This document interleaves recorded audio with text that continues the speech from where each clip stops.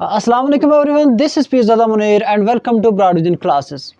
Dear students, हम पढ़ रहे हैं बेसिक इंग्लिश ग्रामर और अभी तक हमने पार्ट्स ऑफ स्पीच में नाउन और प्रोनाउन को डिस्कस किया और आज हम एक और इम्पॉर्टेंट टॉपिक, एक important part of speech discuss करने जा रहे हैं और दैट इज़ वर्ब। उससे पहले कि हम वर्ब को पढ़ें, अगर अभी तक आपने हमारे जो पुराने लेक्चर्स हैं अगर आपने नहीं देखे हैं तो आप हमारे YouTube channel broad vision class पे विज़िट करके उन सभी वीडियो लेक्चर्स को देख सकते हो। तो चलिए आज का हम लेक्चर स्टार्ट करते हैं एंड दैट्स वर्ब। हाँ, क्या होता है वर्ब? जैसे मैंने लिखा है, verb a word that shows an action और स्टेट। वर्ब एक ऐसा वर्ड होता है जो एक्शन दिखाता है या कोई स्टेट दिखाता है। एग्जाम्पल से समझ आएगा, जैसे आई प्ले फुटबॉल। मैं फुटबॉल खेलता हूँ। प्ले जो है ये खेलना, यहाँ पे जो है ये एक एक्शन है। तो एक्शन जो होता है ये एक्शन वर्ड है, तो इस वर्ड को हम वर्ब कहते हैं। Simply he writes a letter, वो एक खत लिखता है। तो राइट्स जो लिखना है ये एक एक्शन है।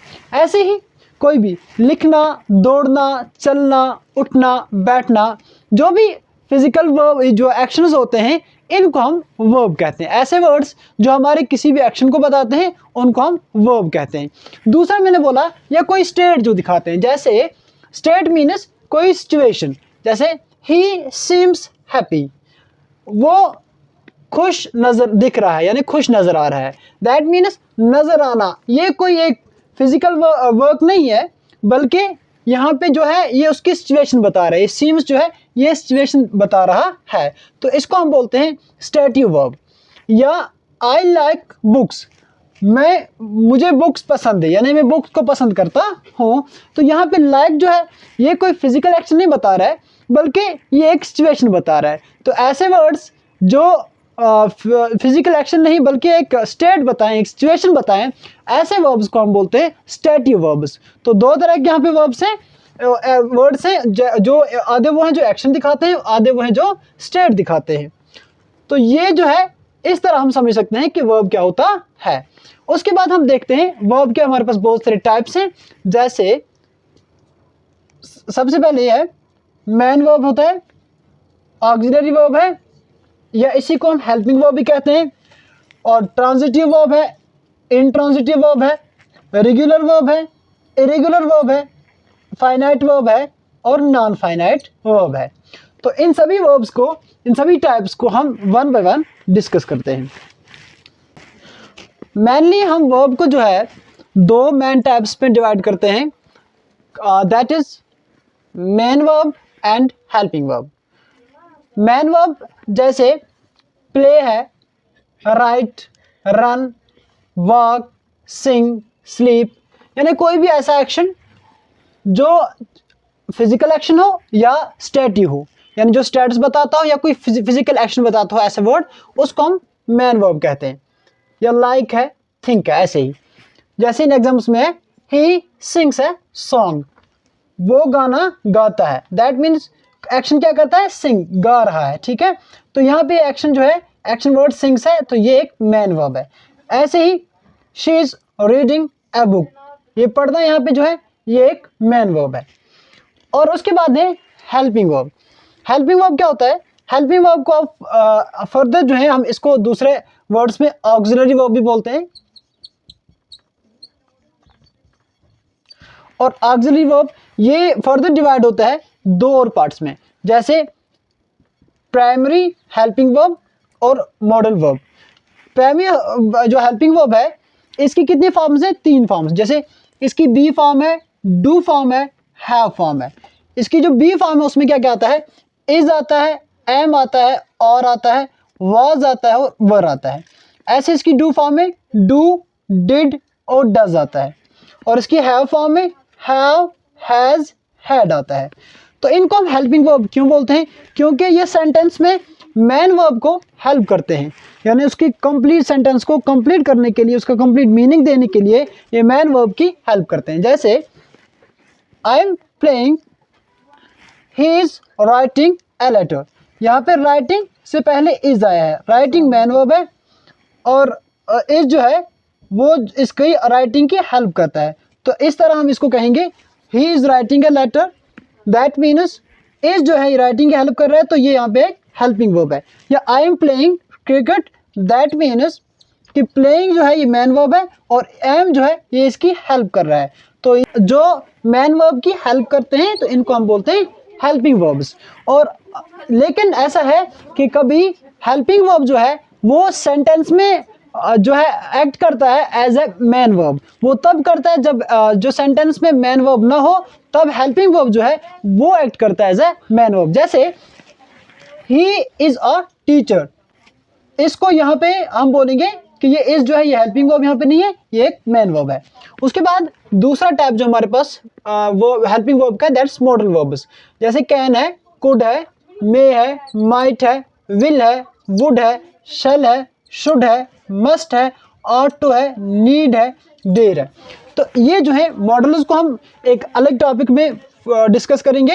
हाँ, उसके अलावा ये भी याद रखना ज़रूरी है कि हेल्पिंग वर्ब और किस किस चीज़ में हेल्प करते हैं। जैसे टेंस जो है टेंस फॉर्म बताने में हेल्प करते हैं। जैसे मैं बोलूँगा I am writing, that means am जब लगा है तो उसका मतलब है दैट मीन्स मैं कोई काम प्रेजेंट में कर रहा हूँ। तो ये टेंस बताया कौन से, प्रेजेंट टेंस के बारे में। अगर मैं यहाँ पे जो दूसरी सेंटेंस में आप देख सकते हो आई वॉज राइटिंग, जैसे मैं लिख रहा था, तो वाज की वजह से ये पता चल रहा है कि कोई काम जो है ये पास्ट में हो रहा था। तो दैट मीन्स यहाँ पे हेल्पिंग वर्ब जो है ये हमें सेंटेंस के जो है टेंस बताने में हेल्प करते हैं। उसके बाद हमें ये सेंटेंस को नेगेटिव बनाने में हेल्प करते हैं। जैसे मैं बोलूँगा आई एम राइटिंग या आई राइट ए लेटर, तो दूसरी बार अगर इसको मैं नेगेटिव सेंटेंस बनाऊंगा आई डू नॉट, तो डू जो यहाँ पे है ये एक हेल्पिंग वर्ब है जो सेंटेंस को नेगेटिव बनाने में हेल्प करता है। तो ये है हेल्पिंग वर्ब और कैसे हमारी जो हेल्प करते हैं ये हमने देखा। इसके बाद हम जो बाकी फॉर्म्स ऑफ वर्ब हैं उनको हम देखते हैं। हाँ, उसके बाद हम देखते हैं एक और type of verb, that is transitive verb and intransitive verb. क्या होता है ट्रांजिटिव वर्ब? जैसे ट्रांजिटिव वर्ब में मैंने लिखा है needs a direct object to receive action, यानी इसमें ऑब्जेक्ट की ज़रूरत होती है। फॉर एग्जाम्पल जैसे आई सॉ अ कैट, अगर यहाँ पे आप देखो आई सब्जेक्ट है, उसके बाद सा जो है देखना, ये एक एक्शन है। लेकिन इस जो वर्ब है ये वर्ब यहाँ पे अगर मैं इतना ही बोलूँगा आई सा, तो इसको क्वेश्चन पूछा जा सकता है व्हाट, यानी मैंने देखा, क्या देखा। तो उसके लिए ये अगर मैं इतना ही बोलूँगा आई सा तो ये कंप्लीट सेंटेंस नहीं हो सकती है। इसके लिए ज़रूरी है कि ऑब्जेक्ट होना चाहिए। तो अगर मैं पूरी सेंटेंस बोलूँगा आई सा कैट, मैंने एक बिल्ली को देखा, दैट मीन्स यहाँ पे ये वर्ब का मीनिंग कंप्लीट करने के लिए ऑब्जेक्ट का होना ज़रूरी है।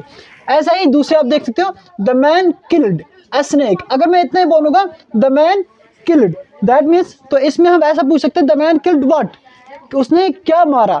तो व्हाट का आंसर देने के लिए ऑब्जेक्ट ज़रूरी होती है। इसीलिए वो सभी वर्ब्स जिनको ज़रूरी है ऑब्जेक्ट का होना ताकि वो उस वर्ब का एक्शन जो है वो रिसीव करें, तो ऐसे वर्ब्स को हम बोलते हैं ट्रांजिटिव वर्ब। या he kicked the ball, he kicked what, the ball, तो इनको हम बोलते हैं ट्रांजिटिव वर्ब्स। और इनट्रांजिटिव वर्ब्स क्या होते हैं?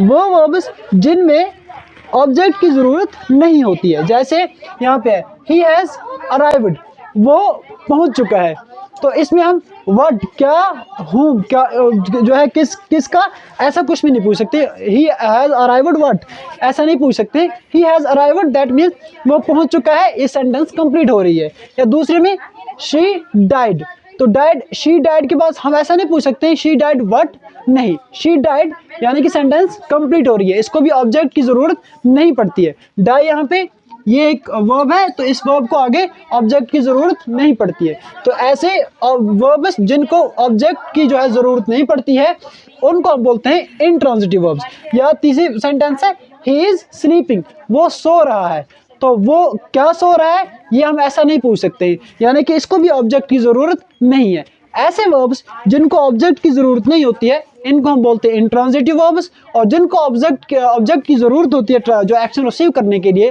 तो ऐसे वर्ब्स को हम बोलते हैं ट्रांजिटिव वर्ब्स। तो ये थे कुछ टाइप्स ऑफ वर्ब जो हमने डिस्कस किए। अपने जो है नेक्स्ट लेक्चर में हम बाकी टाइप्स ऑफ वर्ब को डिस्कस करेंगे और उनके बारे में कुछ इंपॉर्टेंट रूल्स हैं उनको भी डिस्कस करेंगे। थैंक्स।